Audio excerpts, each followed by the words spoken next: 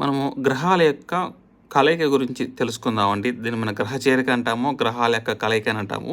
ఇక్కడ కింద చూడండి, రాహు కేతువులతో మిగతా 7 గ్రహాలు కలిస్తే దాన్ని మనము పాపగ్రహ కలయిక కింద మనము తీసుకుంటామండి. సో మొత్తం చూసినట్లయితే ఇక్కడ 34 ఉన్నాయండి. సో శని సూర్యుడు, శని చంద్రుడు, శని కుజుడు కూడా కలుపుకుంటే మొత్తం 34 కంజక్షన్స్ ఉన్నాయండి.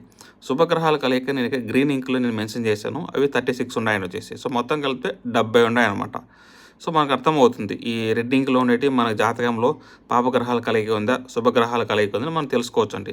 సో పాపగ్రహాల కలయిక ఎప్పుడు మనకు చెడు ఫలితం ఇస్తుంది, అవి ఇచ్చే ఫలితం మనకు నచ్చదనమాట.